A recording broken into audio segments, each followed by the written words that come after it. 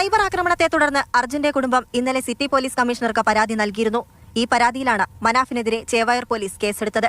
കലാപാഹ്വാനം ഉൾപ്പെടെ ചുമത്തിയാണ് കേസ്. മനാഫ് സമൂഹ മാധ്യമങ്ങൾ വഴി തിരച്ചിലുമായി ബന്ധപ്പെട്ട കാര്യങ്ങളും അർജുന്റെ കുടുംബ പശ്ചാത്തലവും പ്രചരിപ്പിച്ചെന്നും കുടുംബത്തിന്റെ മാനസികാവസ്ഥയും വൈകാരികതയും മുതലെടുത്ത് പ്രചാരണം നടത്തിയതും യൂട്യൂബ് ചാനൽ ഉപയോഗിച്ച് കുടുംബത്തെ അപകീർത്തിപ്പെടുത്തിയെന്നുമാണ് എഫ്ഐആറിലുള്ളത്. എന്നാൽ താൻ ഒരിക്കലും അർജുന്റെ കുടുംബത്തെ ആക്ഷേപിച്ചിട്ടില്ലെന്നും സാമൂഹിക മാധ്യമം വഴി ആരെങ്കിലും അത് തുടരുന്നുണ്ടെങ്കിൽ തനിക്കൊന്നും ചെയ്യാനാവില്ലെന്നും മനാഫ്. വളരെയധികം ഞെട്ടിപ്പിക്കുകയും വിഷമിപ്പിക്കുകയും ചെയ്തിട്ടുള്ള ഒരു വാർത്തയാണിത്.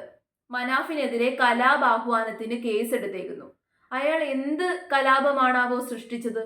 ഇതുവരെ അയാളുടെ ഭാഗത്ത് നിന്ന് കലാപം ഉണ്ടാക്കുന്ന രീതിയിലുള്ള ഒരു പ്രവൃത്തിയും ഉണ്ടായിട്ടില്ല. മനാഫ് കലാപാഹ്വാനം സൃഷ്ടിച്ചു.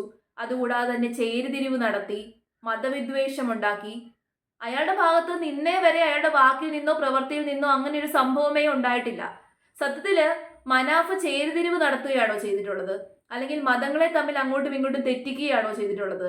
അയാൾ നന്മയുള്ളൊരു പ്രവൃത്തിയാണ് ചെയ്തത്. ആ പ്രവൃത്തിയിലൂടെ അയാൾ കാണിച്ചു തന്നത് മതങ്ങൾക്കൊക്കെ അതീതമായിട്ട് മനുഷ്യത്വം എന്ന് പറയുന്ന ഒരു ഫാക്ടർ ഉണ്ട് എന്നാണ്. മതങ്ങളല്ല മനുഷ്യത്വത്തെ തീരുമാനിക്കുന്നത് എന്നുള്ളൊരു ഗുഡ് മെസ്സേജ് ആണ് മനാഫ് നൽകിയത്. മതങ്ങൾക്കൊക്കെ അതീതമായിട്ട് മനുഷ്യന്മാർ തമ്മിലൊരു സൗഹൃദം ഉണ്ടാകണം, ഒത്തൊരുമ ഉണ്ടാകണം, ഇങ്ങനെ ഒരു നല്ല മെസ്സേജ് നൽകിയ ഒരു വ്യക്തിക്കെതിരെ ഇത്തരം ഒരു കേസ് എടുക്കുന്നതിലൂടെ എന്ത് മെസ്സേജാണ് നമ്മുടെ ഗവൺമെന്റ് ഈ സമൂഹത്തിന് നൽകാൻ ഉദ്ദേശിക്കുന്നത്? നമ്മുടെ ഗവൺമെന്റ് ഇതിന് കൂട്ടു നിൽക്കാൻ വേണ്ടി പാടില്ലായിരുന്നു. പക്ഷെ അൺഫോർച്ചുനേറ്റ്ലി നമ്മുടെ നാട്ടിൽ ഇങ്ങനെയൊക്കെ നടക്കത്തുള്ളൂ. ഇനി നന്മയുള്ള ഏതെങ്കിലും പ്രവൃത്തി ചെയ്യാൻ മുന്നോട്ട് വരുന്ന ആൾക്കാര് ഇതൊക്കെ കണ്ടിട്ട് ഒന്ന് അറയ്ക്കുമോ? അവര് പിന്മാറി പോത്തില്ലേ? അങ്ങനെ ആരെങ്കിലും പിന്മാറി പോയി കഴിഞ്ഞാലും അത്ഭുതപ്പെടാനില്ല. കാരണം നമ്മുടെ നാട്ടിൽ എന്തെങ്കിലും നല്ലത് ചെയ്തു കഴിഞ്ഞാൽ തിരിച്ചടി ഉറപ്പാണ് എന്നുള്ളൊരു മെസ്സേജാണ് മനാഫിന്റെ ജീവിതത്തിലൂടെ കാണിച്ചു തരുന്നത്. അങ്ങനെ ആയിരുന്നില്ല ചെയ്യേണ്ടത്. സത്യത്തില് ഇവിടെ എല്ലാവരും ഇരകളാണ്. മനാഫ് ആയിക്കോട്ടെ, അർജുന്റെ കുടുംബമായിക്കോട്ടെ, ഇരകളാണ്. മനാഫിന്റെ ഭാഗത്ത് നിന്ന് ഒരു തെറ്റുണ്ടായിട്ടുണ്ട്. അതായത് അർജുന്റെ ഫാമിലിയിലെ ചില പ്രൈവസി ഉള്ള കാര്യങ്ങളൊന്നും തന്നെ വെളിയിൽ പറയാൻ വേണ്ടി പാടില്ലായിരുന്നു.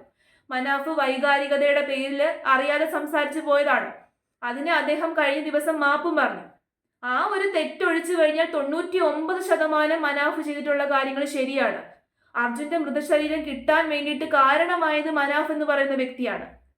ആ വീട്ടുകാർക്ക് അർജുൻ മരണപ്പെട്ടല്ലോ, അതിന്റെ ഒരു സമാധാനമെങ്കിലും ഉണ്ടാക്കിയെടുത്തത് ആ ഒരു മൃതശരീരം കിട്ടിയതിനു ശേഷമാണ്. അപ്പൊ ആ ഒരു മനസമാധാനം കൊടുത്ത വ്യക്തി എങ്ങനെ ഇപ്പൊ പ്രതിയായി മാറി?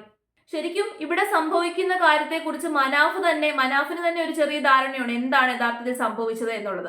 അത് അദ്ദേഹം തന്നെ സംസാരിക്കുന്നുണ്ട് മാധ്യമങ്ങളോട്. ആ ഒരു വീഡിയോ കൂടി ഞാൻ കാണിച്ചു തരാം.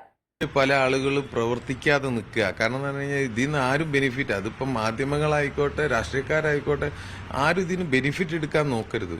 ഇത് രണ്ട് പാവപ്പെട്ട രണ്ട് ഫാമിലീസ് തമ്മിലുള്ള ഒരു പ്രശ്നം. അത് അവർ തമ്മിലൊരു പ്രശ്നം ഇല്ലേനു, അതാണ് സത്യം.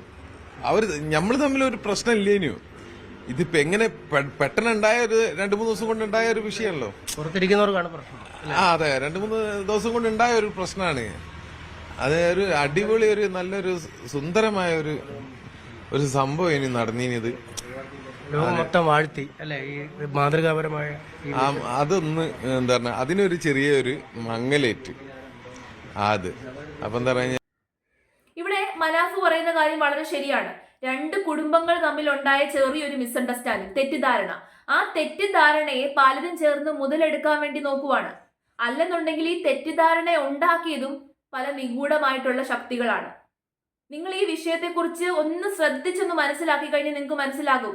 അതായത് ഇവർ തമ്മിൽ ഒരു പ്രശ്നവും ഉണ്ടായിരുന്നില്ല. നന്മ നിറഞ്ഞൊരു പ്രവൃത്തി മനാഫ് ചെയ്തു. ഇവിടെ ഇപ്പൊ മനാഫ് എന്ന് പറയുന്നത് മുസ്ലിമാണ്, അർജുൻ എന്ന് പറയുന്നത് ഹിന്ദുവാണ്. അപ്പം ആ ഒരു ഫാക്ടർ വെച്ചിട്ട് ചില ആൾക്കാരെ ഇവരെ തമ്മിൽ അങ്ങോട്ടും ഇങ്ങോട്ടും തമ്മിൽ തല്ലിക്കാൻ വേണ്ടി നോക്കിയതാണ്. മനാഫിന്റെ ഇടയിലും അർജുന്റെ കുടുംബത്തിന്റെ ഇടയിലും അങ്ങോട്ടും ഇങ്ങോട്ടും പരസ്പരം തെറ്റിദ്ധാരണ ഉണ്ടാക്കിയതാണ്. അതിനകത്ത് നമ്മുടെ നാട്ടിലെ മാധ്യമങ്ങളും നമ്പർ 1 ആയിട്ട് ഒരു പങ്ക് വഹിച്ചിട്ടുണ്ട്. കാരണം മാധ്യമങ്ങളാണ് ആദ്യം ഈ പ്രശ്നമെല്ലാം തുടങ്ങി വെച്ചത്. ഇങ്ങനെ തെറ്റിദ്ധാരണകൾ ഉണ്ടാക്കിയതും ഇല്ലാത്ത കഥകൾ സൃഷ്ടിച്ചതും ഒക്കെ തന്നെ മാധ്യമങ്ങളാണ്. മാധ്യമങ്ങൾ മനാഫിന്റെ പുറകെ നടന്ന് മനാഫിനെ ഹീറോ ആക്കി സൃഷ്ടിച്ചു. അതിനുശേഷം മനാഫിനെ വില്ലനാക്കാൻ വേണ്ടിയിട്ടുള്ള ശ്രമങ്ങളൊക്കെ നടത്തുന്നത് മാധ്യമങ്ങളാണ്. അതുകൂടാതെ തന്നെ ഹിഡൻ ആയിട്ട് ആരൊക്കെയോ ചേർന്നതിന്റെ പുറകിൽ പ്രവർത്തിക്കുന്നുണ്ട്. ഒരു മതങ്ങൾ തമ്മിൽ അങ്ങോട്ടും ഇങ്ങോട്ടും പ്രശ്നമുണ്ടാക്കാനും ഇപ്പം മനാഫ് കാണിച്ചു തന്ന സാഹോദര്യം എന്ന് പറയുന്ന ഒരു മെസ്സേജ് ഉണ്ടല്ലോ, ആ മെസ്സേജിനെ ഇല്ലാതെയാക്കാനും മതങ്ങൾ തമ്മിൽ അങ്ങോട്ടും ഇങ്ങോട്ടും പരസ്പരം വിദ്വേഷം ഉണ്ടാക്കാനും മനാഫിനെ സപ്പോർട്ട് ചെയ്യുകയാണ് എന്നുള്ള വ്യാജേന അർജുന്റെ കുടുംബത്തെ സൈബർ ബുള്ളിങ് നടത്തുകയും ഒക്കെ ചെയ്യുന്നത് ചില നിഗൂഢ ശക്തികളാണ്. അവരെ നമ്മൾ മനസ്സിലാക്കണം. അവരാണ് ഇതിനെല്ലാത്തിനും കാരണം.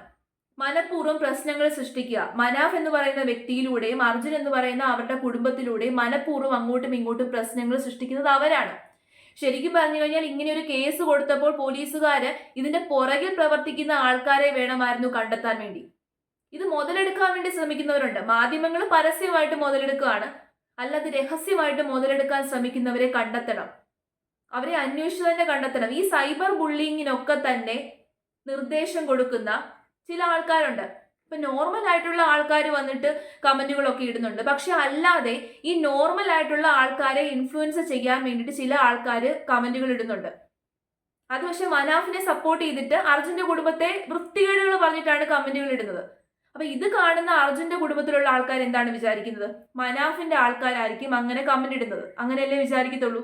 മനാഫ് ഇങ്ങനെയൊക്കെ ചെയ്യുന്നത് കൊണ്ടാണ് ഞങ്ങൾക്ക് ഇങ്ങനത്തെ കമന്റുകളൊക്കെ നേരിടേണ്ടി വരുന്നത്.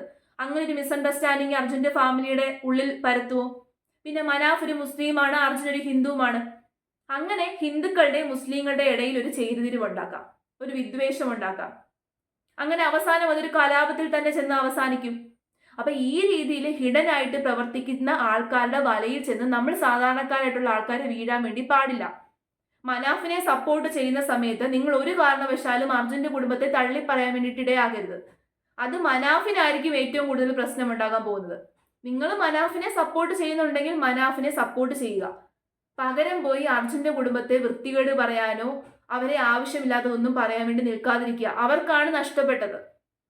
എന്തൊക്കെയാണെങ്കിലും അവർക്കാണ് നഷ്ടപ്പെട്ടത്. അവരെ ആവശ്യമില്ലാതെ സൈബർ ബുള്ളിങ് ചെയ്യാൻ പോകാതിരിക്കുക. മനാഫിനെ സപ്പോർട്ട് ചെയ്യാനാണ് ഞാൻ അർജുന്റെ കുടുംബത്തെ സൈബർ ബുള്ളിങ് ചെയ്യുന്നത് എന്നുള്ള രീതിയിൽ ഒരു കാരണവശാലും ചെയ്യാതിരിക്കുക. മനാഫ് തന്നെ പറയുന്നുണ്ട് അർജുന്റെ കുടുംബത്തെ ഒരു രീതിയിലും ടോർച്ചർ ചെയ്യാതിരിക്കാൻ. പക്ഷെ ഇത് മുതലെടുക്കുന്ന ആൾക്കാര്, അവരാണ് ശരിക്കും പറഞ്ഞു കഴിഞ്ഞാൽ വില്ലന്മാര്. അവരാണ് ഏറ്റവും വലിയ വിഷം. സമൂഹത്തില് വിഷം പരത്താൻ വേണ്ടി ശ്രമിക്കുകയാണ്. ഞാൻ ഇന്ന് രാവിലെ ഇട്ട വീഡിയോയിൽ അതിൽ ഒരു വിഷയത്തെക്കുറിച്ച് ഞാൻ കാണിച്ചു തന്നാണ്. അങ്ങനെ പല വിഷയങ്ങളുണ്ട്. രണ്ട് മതത്തിലും ഉണ്ട് ആ വിഷയങ്ങൾ. ഇപ്പൊ ഹിന്ദുക്കളുടെ ഇടയിലുമുണ്ട്, മുസ്ലിങ്ങളുടെ ഇടയിലുമുണ്ട്. ഈ രണ്ട് വിഷയങ്ങളും ചേർന്ന് പരസ്പരം അങ്ങോട്ടും ഇങ്ങോട്ടും തമ്മി തല്ലിക്കാൻ വേണ്ടി ശ്രമിക്കുവാണ്. അതിൽ ഏറ്റവും കൂടുതൽ പങ്ക് വഹിക്കുന്നത് മാധ്യമങ്ങളുമാണ്. കാരണം മാധ്യമങ്ങൾക്ക് ഇതൊക്കെ ഒരു റേറ്റിംഗ് ആണല്ലോ. മനാഫ് എന്നും ഹീറോ ആയിട്ടിരുന്നു കഴിഞ്ഞാൽ മാധ്യമങ്ങൾക്ക് വലിയ റേറ്റിംഗ് കിട്ടത്തില്ല. ഇപ്പൊ മനാഫിനെതിരെ കേസ് വന്നു, മനാഫിനെതിരെ കുറെ നെഗറ്റീവ് വന്നു. അപ്പൊ കൂടുതലും ആൾക്കാർ ശ്രദ്ധിക്കും. അപ്പൊ ഈ നെഗറ്റീവിനൊക്കെ ഒരു തുടക്കം കുറിച്ച് വെച്ചത് മാധ്യമങ്ങളാണ്. അതിനെ പിടിച്ച് ഇതിന്റെ പുറകിൽ പ്രവർത്തിക്കുന്ന ചില നിഗൂഢ ശക്തികളുമുണ്ട്. ആ ശക്തികളെ മനസ്സിലാക്കിയിട്ട് ഈ പ്രശ്നം നമ്മളായിട്ട് തന്നെ അവസാനിപ്പിക്കണം. രണ്ട് വ്യക്തികൾക്കിടയിൽ ഉണ്ടായ അല്ലെങ്കിൽ രണ്ട് കുടുംബത്തിനിടയിൽ ഉണ്ടായ പ്രശ്നങ്ങൾ അവർ തന്നെ പരിഹരിച്ചോളും. ആരും തന്നെ ഇതിനകത്ത് ഇൻവോൾവ് ആയില്ല എന്നുണ്ടെങ്കിൽ മനാഫ് തന്നെ കുറച്ച് കഴിയുമ്പോൾ അവരുടെ കുടുംബത്തിൽ ചെന്നിട്ട് കാര്യങ്ങളൊക്കെ പറഞ്ഞ് അവസാനിപ്പിക്കും. ഇപ്പൊ പരസ്പരം അങ്ങോട്ടും ഇങ്ങോട്ടും മുഖത്തോട് മുഖം നോക്കാൻ പറ്റാത്ത അവസ്ഥയിലേക്ക് നമ്മളാണ് അവരെ മാറ്റിയത്. ഇതൊന്നും ഇല്ലാന്നുണ്ടെങ്കിൽ, ഈ പ്രശ്നങ്ങളൊന്നും ഉണ്ടായില്ലെന്നുണ്ടെങ്കിൽ, ഈ രീതിയിലുള്ള സൈബർ ബുള്ളിങ്ങോ കമന്റുകളോ അല്ലാത്ത പ്രശ്നങ്ങളോ ഒന്നും ഉണ്ടായില്ലെന്നുണ്ടെങ്കിൽ അവർ തമ്മിലുള്ള പ്രശ്നം കുറച്ച് കഴിയുമ്പോൾ അങ്ങ് സോൾവ് ആയിക്കോളൂ. മനാഫ് ചെയ്തത് നന്മ തന്നെയാണ്. ആ നന്മയെ നന്മയായിട്ട് നിലനിർത്താൻ വേണ്ടിയിട്ട് ശ്രമിക്കേണ്ടത് നമ്മളാണ്. സമൂഹത്തിന് നല്ല മെസ്സേജ് കൊടുക്കേണ്ട നമ്മൾ തന്നെ മനാഫിനെ സപ്പോർട്ട് ചെയ്യാനാണ് എന്നുള്ള രീതിയിൽ അവരെ പോയി സൈബർ ബുള്ളിങ് ചെയ്യുമ്പോൾ അതിലൂടെ നമ്മൾ നല്ലൊരു മെസ്സേജ് അല്ല നൽകുന്നത്. അതിലൂടെ നന്മ ചെയ്ത മനാഫിനെയും കൂടി ഇടിച്ചു താഴ്ത്താൻ വേണ്ടി ശ്രമിക്കുകയാണ്. അതുകൂടാതെ തന്നെ പരസ്പരം മതങ്ങൾ തമ്മിൽ അങ്ങോട്ടും ഇങ്ങോട്ടും തമ്മിൽ തല്ലാനും സമൂഹത്തിൽ ചേരിതിരിവ് ഉണ്ടാക്കാനും ശ്രമിക്കുന്ന ചില നികൃഷ്ട ജന്മങ്ങളുണ്ട്. ആ ജന്മങ്ങൾക്ക് നമ്മൾ വഴി തെളിച്ചു കൊടുക്കുകയാണ്. അങ്ങനെ ചെയ്യാതെ ഇരിക്കുക.